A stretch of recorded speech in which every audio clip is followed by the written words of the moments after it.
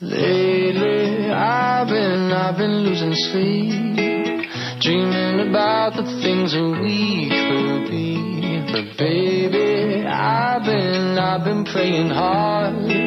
Said no more counting dollars, we'll be counting stars. Welcome back to Sports Byline, coast to coast, border to border, and of course around the world on the American Forces Radio Network. As always, we're very happy now to be joined by Ryan Tedder, the front man of One Republic. They have a brand new full-length album, their third, coming out today on Interscope Records. It's called Native. And Ryan, as a former history major, I have to ask, are you in relation to Sir Arthur Tedder, the Air Marshal who was on Eisenhower's staff?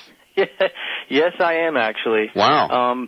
It's a distant relative, but we actually traced it back.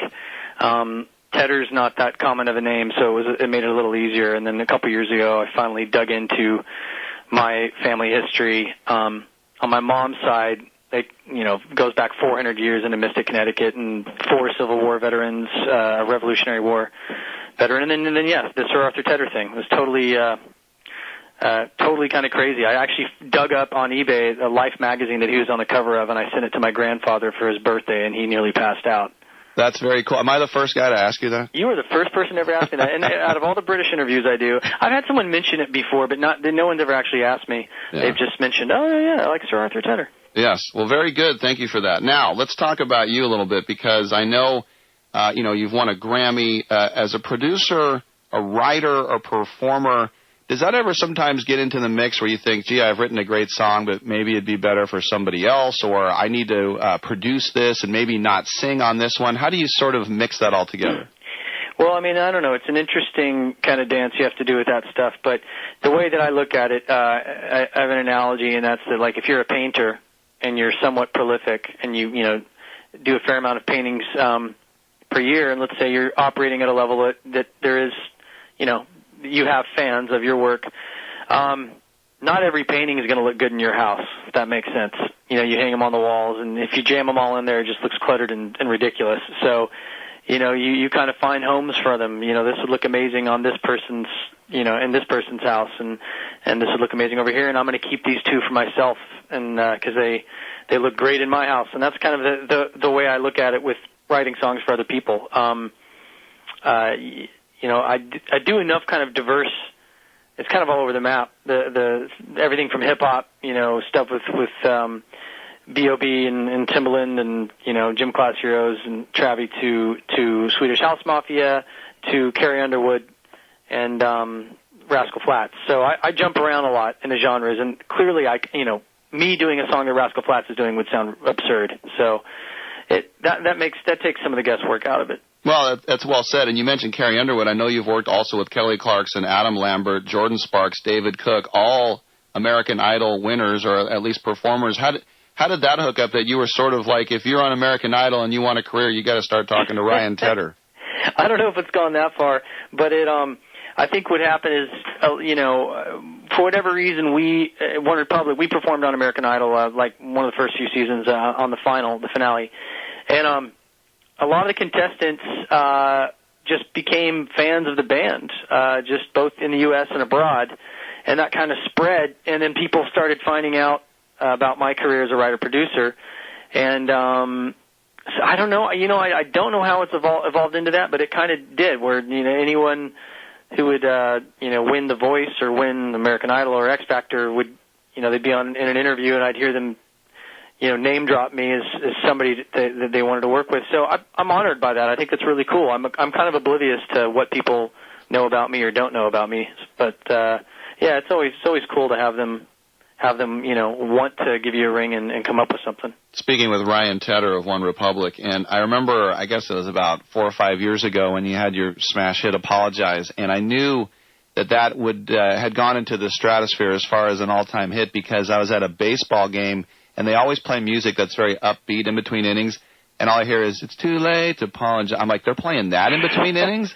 That makes no sense. But that's how you know it's a huge hit, when they're playing that in between an inning of a Major League Baseball game. That's funny. They use the Major League Baseball, MLB actually just licensed our song, Counting Stars, for the month, this whole month of March is like the official Major League Baseball song, actually. Wow. Completely out of the blue. We just shot a video, actually, over at MLB base camp in New Jersey a few weeks ago. Well, I know you were in New Orleans for the Super Bowl, and you performed at the honors party, which Alec Baldwin was hosting. And of all the gigs that you've done around the world, I'm sure that was, I mean, you think about the VIPs and the athletes. Were you a little, what was that like? That was a trip. I mean, I don't, like I said, I'm never quite sure who's a fan of us and who isn't, or why people connect with us and don't. It's hard to have perspective on that kind of stuff. But athletes, for whatever reason, we've just recently discovered that we're on the workout or pregame playlist on a ton of different NFL players and Major League Baseballers. And Aaron Rodgers marched straight up to me after the NFL honors thing and struck up a conversation, started talking about music and telling me which songs of ours that were his favorite. And I mean, just phenomenal. I've had that happen with a lot of different athletes and servicemen, and it's just always so cool because you don't. Again, I live in my world, and it's definitely not flying around playing football stadiums every Sunday, and so it's crazy to think that these giant behemoth dudes are rocking us. It definitely put me in one of the better moods I've been in a long time. That's very cool. Now, as somebody who grew up in Oklahoma, and I know you moved to Colorado as you got a little bit older, but were you more like Sooners or OK State Cowboys? Did you get into that at all? I did. I did for sure, man. I kind of hopped around. I was an Oklahoma State Cowboys fan because of Barry Sanders, and just growing up watching him just dominate everybody. And then everybody I went to school with was a Sooners fan, and my stepdad was a Cowboys fan, and but eventually I had so much family living up in Colorado and Colorado Springs that I became a Broncos fan, and I just kind of turned my back on everything else. And since then, that's been the only team that I travel abroad a lot, and that's the one team that I have the Broncos app, and I follow them anywhere I go in the world. I'm watching their games online. I'm trying to keep up with them as much as possible. A couple more questions for Ryan Tedder, and I'm looking at the list of all the instruments you play, and it's amazing, from the string instruments to percussion to keyboards. But one thing I want to ask you about, because I remember the first time I went to Munich, I saw the Glockenspiel, the play clock, and that there's an instrument also called the Glockenspiel. What is that? Glockenspiel is it's essentially, those little toys that you get when you're a kid that have the metal rectangles on them, and the little stick you can hit, to make them ring out. It's essentially the adult version of that. It's a bell instrument, high end. It's similar to a Celeste, and it's mainly used for accent notes. It just kind of rings out and chimes and has a long sustain. It's beautiful. But I mean, it's funny to say I play the Glockenspiel and am decent at it. But that's one of those instruments that even a non-musician could get really good at pretty quick. It's about like saying I'm really good at Super Mario Brothers, or Mario Kart. It's up there with that. But yeah, we played. You asked me actually interesting music memories. Probably my favorite. It happened in Munich. We opened up for U2 during the 360 tour. We toured with U2 during the tail end of that in Munich Olympic Stadium. They had sold it out, 80,000 people, and my kid had just turned 6 weeks old, and my wife flew out with him from Denver to Munich, and he got to see me open for U2, and then we sat there and we watched the entire U2 set while he drooled on my shoulder. It was pretty awesome. Well, when you think about it, you bring that up, and as you say, you've got this notoriety and following. But when you get to a Bono, I mean, it's almost like it's like President of the United States notoriety, right? I was as nervous meeting Bono as I was meeting President Obama and his whole family. I mean, we played the White House Christmas tree lighting ceremony last Christmas, and got to meet the first family and the mother and all of them. And the thing that blew me away the most was, I mean, I'm almost 6'1", and I was wearing boots, so I was probably inching up towards close to 6'2", and I stood in the middle of that family, and they were just towering over me. I couldn't believe how tall. The daughter, I mean, all of them were just so astronomically tall. I'm pretty sure that's what I said. I looked up, and President had his hand extended, and I looked straight him in the eye, and I said, "My God, you guys are so tall." And and he's like, "I'm Barack Obama." I said, I'm Ryan Tedder." I just started stuttering. That's not bad. All right, well, finally, Ryan, I know you got to run. Talk about the album that's out today, Native, because I know your fans have been waiting a while for another release. Yeah, the album took us way too long to make it. We recorded around the world, in Greece, London, Paris, Vancouver, Denver, and it's very much.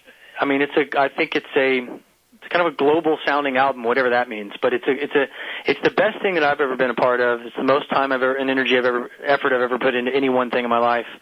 And sometimes you just got to put all your eggs in one basket and roll with it. And that's what we did on this album.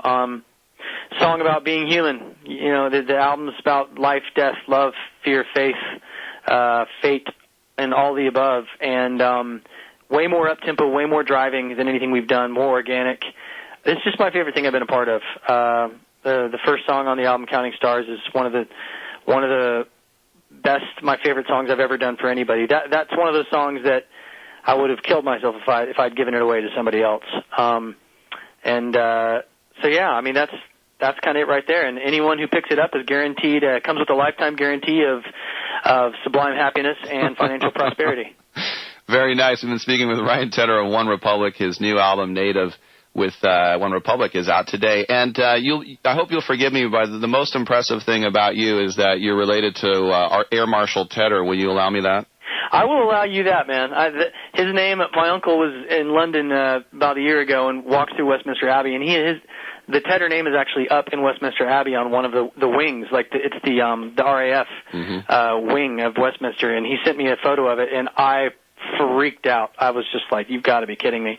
I need to do some more digging and figure out if I inherited some land that I don't know about. All right, good stuff. Hey, Ryan, thank you so much. Continued success, and hopefully we'll get to talk to you again down the road. I like that. Thank you.